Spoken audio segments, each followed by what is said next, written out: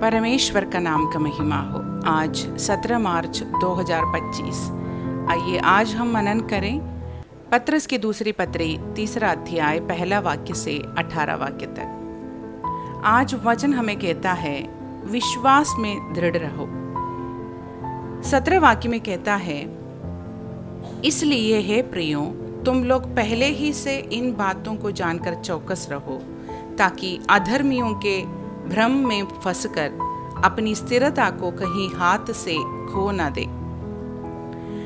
ये पत्री प्रेरित पत्रस द्वारा यीशु मसीह के दूसरे आगमन और उसके आसपास की भविष्यवाणियों के प्रकाश में उन्हें क्या जानना चाहिए और कैसे जीना चाहिए, इस बारे में याद दिलाकर ईमानदार मन को जगाने के साथ शुरू होता है।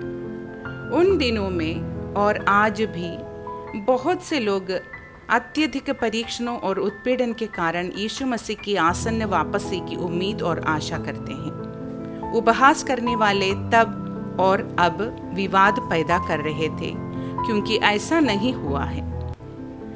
पत्रस इस चिंता को संबोधित करता है और हमें उस दिन की ओर देखते हुए ईश्वरीय जीवन जीने की याद दिलाकर पत्री को समाप्त करता है, ताकि हम अपनी स्थिरता से ना गिरें।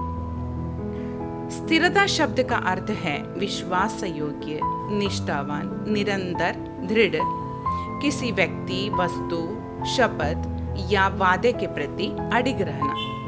बाइबल बताती है कि दृढ़ता क्या होती है। उन ईश्वरीय लोगों के जीवन के माध्यम से जिन्होंने किसी भी कीमत पर परमेश्वर के साथ चलने का निश्चय किया और जो आज हमारे लिए अनुसरण करने के लिए उदाहरण है। यशायाह ने परमेश्वर का अनुसरण करते समय अपने सामने आने वाले कभी उपहास और तिरस्कार के विरुद्ध अपना चेहरा पत्थर की तरह स्थिर किया।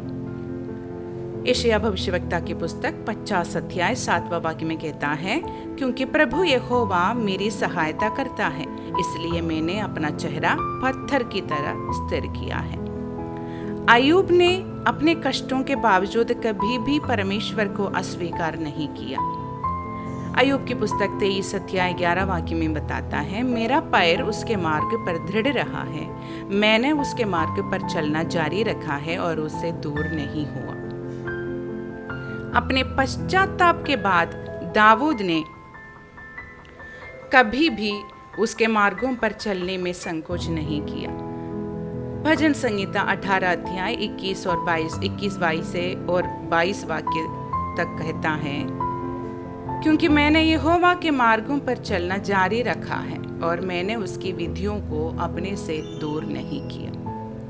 यहोशू ने दृढ़तापूर्वक परमेश्वर की आज्ञा का पालन किया और उसका अनुसरण किया तथा अपने पूरे घराने के साथ परमेश्वर की सेवा करने की उसकी घोषणा ने इस्राएलियों को भी ऐसा ही करने के लिए प्रेरित किया। यदि यहोवा की सेवा करना तुम्हारे लिए अप्रिय है तो आज ही अपने लिए चुन लो, परंतु मैं और मेरा घराना यहोवा की सेवा करेंगे। यहोशू की पुस्तक 24 अध्याय 15 वाक्य में कहता है।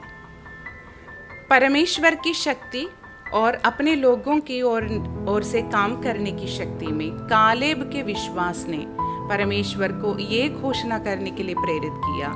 गिनती की पुस्तक 14 अध्याय 24 वाक्य में, परंतु मेरे सेवक कालेब, क्योंकि उसके पास एक अलग आत्मा है और उसने पूरी तरह से मेरा अनुसरण किया है, मैं उसे उस देश में ले आऊंगा जिसमें वह आया है।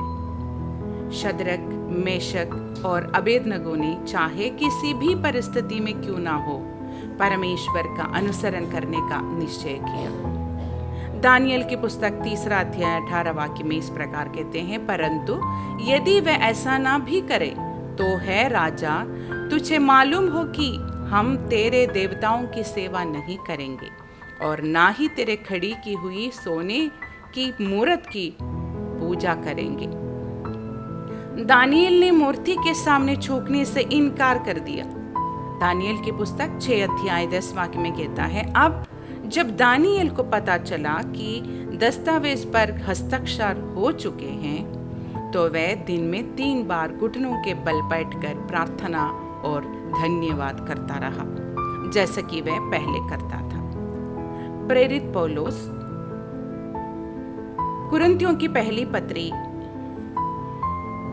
2 अध्याय 2 वाक्य में कहता है, क्योंकि मैंने तुम्हारे बीच यीशु मसीह और क्रूस पर चढ़ाए गए मसीह को छोड़कर किसी और चीज को ना जानने का निश्चय किया था। जेल से रिहा होने पर पतरस और यूहन्ना ने कहा, प्रेरितों के काम 4 अध्याय 19 और 20 वाक्य में, क्या यह परमेश्वर की दृष्टि में उचित है कि हम परमेश्वर की बजाय तुम्हारी बात माने? तुम ही न्याय करो, क्योंकि हम जो कुछ हमने देखा और सुना है उसके बारे में बोलना बंद नहीं कर सकते। अंत में हमें अपने परमेश्वर के हमारे प्रति अटल प्रेम को नहीं भूलना चाहिए। परमेश्वर जो हमें जीवन देता है, हमें सहारा देता है, हमसे प्रेम करता है, उसने अपने पुत्र को हमारे लिए मरने के लिए भेजा ताकि उसकी पवित्र आत्मा हम में रह सके और जिसके साथ हम अनंत काल बिताने जा रहे हैं। हमें जो कुछ भी आज्ञा दी गई है उसका पालन करके हम विश्वास में दृढ़ रहें। प्रेरितों की तरह हम भी परमेश्वर के महान प्रेम के बारे में जो कुछ भी अनुभव किया है और जिस पर विश्वास किया है उसे बोलने या साझा करने में दृढ़ रहें, जिसने हमारे पापों का भुगतान करके हमें आशा और अनंत जीवन दिया है। मेरे प्रिय भाइयों और बहनों, आइए हम परमेश्वर के विश्वास में दृढ़ रहें। प्रभु इन वचनों से आपको आशीष दें। सबको जय मसीह की।